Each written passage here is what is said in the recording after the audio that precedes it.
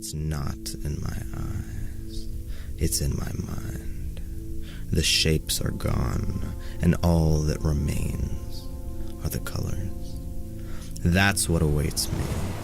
The cliffside from which I'll drop so gloriously, rising into the clouds as I plummet toward the waves. I, the blade of grass, meeting the blades spinning in the mower. The tale which preceded will be nothing to the moment which it ends. To that I say, it was truly for nothing, before it could have ever been for anything less. For who makes it that something is more than nothing?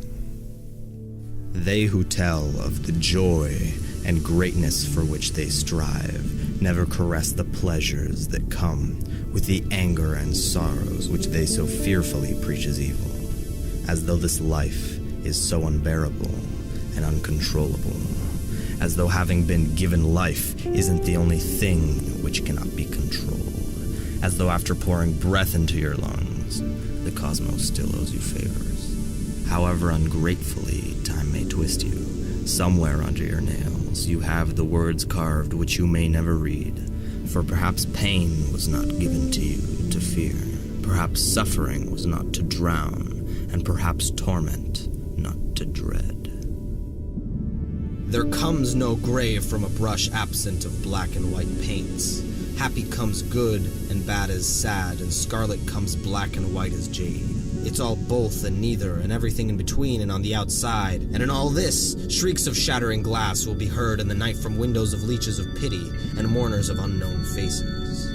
There will come those never to brush jade and scarlet on the same canvas, and there will come those never to enjoy what there is in both joy and sorrow. There will come those never to enjoy all there is, enjoy as they may but the slivers of satisfaction, blindly handed over the counter. A hypocrite I am, I know, to speak these words, but in these moments before I'm trimmed, spare me but the pleasure as to chastise you, you who I see unfit and undeserving of what you've been given. Just as a victim is not empowered, one who seeks out life will not succeed if they venture to control.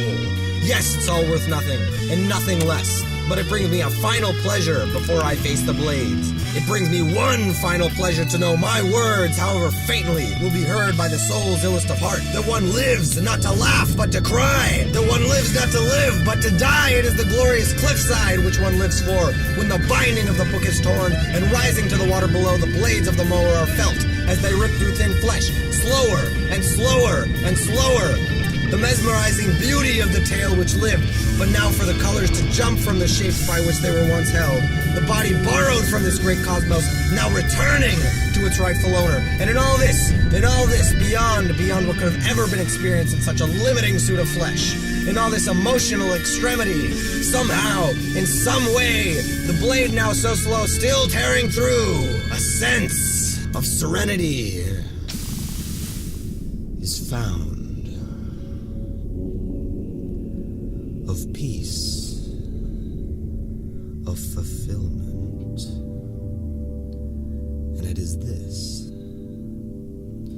that when the pages of a tale have found their end, the reader may close the book as much as may the author, and end not in one's eyes, but in one's mind. For that is what it is to control life. Simply to control death. O tranquil, shapeless, colorful cliffside who awaits me, to be with you, I will close the book.